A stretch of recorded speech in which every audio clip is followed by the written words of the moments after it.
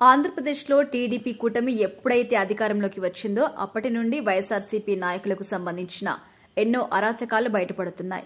ఇందులో భాగంగా ఎంతో మంది రాజకీయ నాయకుల అక్రమ సంబంధాలు కూడా బయటపడ్డాయి. కొంతమంది న్యూడ్ వీడియోస్ కూడా బయటపడుతున్నాయి. అలా సజ్జల, విజయసాయిరెడ్డి, గోరెట్ల మధుసూదన్, దువ్వాడ శ్రీనివాస్ ఇలా ఎంతో మంది వైఎస్ఆర్సీపీ రాజకీయ నాయకుల అక్రమ సంబంధాలు బయటపడ్డాయి. అయితే చాలా రోజులుగా వైఎస్ఆర్సీపీ రాజకీయ నాయకుల అఫైర్స్ ఏపీ రాజకీయాల్లో దుమారం సృష్టిస్తున్న వేళ తాజాగా టీడీపీ ఎమ్మెల్యేకి సంబంధించిన న్యూడ్ వీడియో మీడియాలో కలకలం రేపుతుంది. టీడీపీ మహిళా నేతతో ఆయన చేస్తున్న సెక్స్ వీడియోను ఆ మహిళ మీడియాకి అందించింది. దాంతో ఆ టీడీపీ ఎమ్మెల్యే భాగోతం కాస్త బయటపడింది.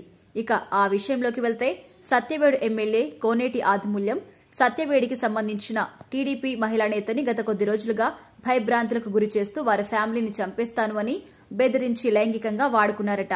అయితే ఆ విషయంలో ఆ మహిళ భర్త కలగజేసుకుని ఎమ్మెల్యే ఎందుకు నీకు పదే పదే వీడియో కాల్, ఆడియో కాల్ చేస్తున్నాడు అని అడగగా నన్ను ఆయన చాలా రోజుల నుండి బెదిరిస్తున్నాడు అని చెప్పిందట. రూలింగ్ పార్టీలో ఉన్నాడు కాబట్టి లొంగిపోక తప్పదు అని హోటల్ రూంలో కోనేటి ఆదిమూలం దగ్గర ఆ మహిళ లొంగిపోయిందట. అంతేకాదు ఈయన భాగోతం మొత్తం బయట పెట్టాలని వాళ్ళిద్దరూ సెక్స్ చేసే వీడియోని ఫ్రంట్ కెమెరాతో చిత్రీకరించి ఆ వీడియోని మంగళగిరి ఆఫీసులో అప్పచెప్పిందట. కానీ లోకేష్ నుండి, చంద్రబాబు నుండి ఎలాంటి రెస్పాన్స్ రాకపోవడంతో మీడియాకి ఈ వీడియో అందించింది. ఇక మీడియాతో ఆ బాధిత మహిళ మాట్లాడుతూ సత్యవేడులో చాలా మంది కోనేటి ఆదిమూలం వల్ల ఇబ్బందులకు గురవుతున్నారు. ఆయన చాలాసార్లు నాకు ఫోన్ చేసి తెల్లగా ఉన్న ఎవరైనా అమ్మాయిలుంటే నాకు చెప్పు అని, నాకు ఇవాళ ఫోన్ నెంబర్, అడ్రస్ ఇవ్వు అని నన్ను టార్చర్ పెట్టేవాడు. అంతేకాదు ప్రతిసారి వీడియో కాల్స్, ఆడియో కాల్స్ చేసేవారు. నేను ప్రతిసారి రిజెక్ట్ చేసినా కూడా నేను లిఫ్ట్ చేసే వరకు ఆయన అలా చేస్తూనే ఉండేవారు. ఇక వీడియో కాల్స్ చేస్తే మాత్రం నా బట్టలన్నీ విప్పేసి చూపించమనేవాడు.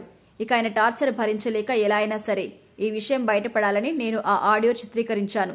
నాలా ఇంకొక అమ్మాయి బలి కాకూడదు అనే ఉద్దేశంతోనే నా బతికేమైపోయినా సరే పర్వాలేదు అని మీడియాకు ఈ విషయం చెప్పాను. నేను కేవలం ప్రాణభయంతోనే లొంగిపోవాల్సి వచ్చింది.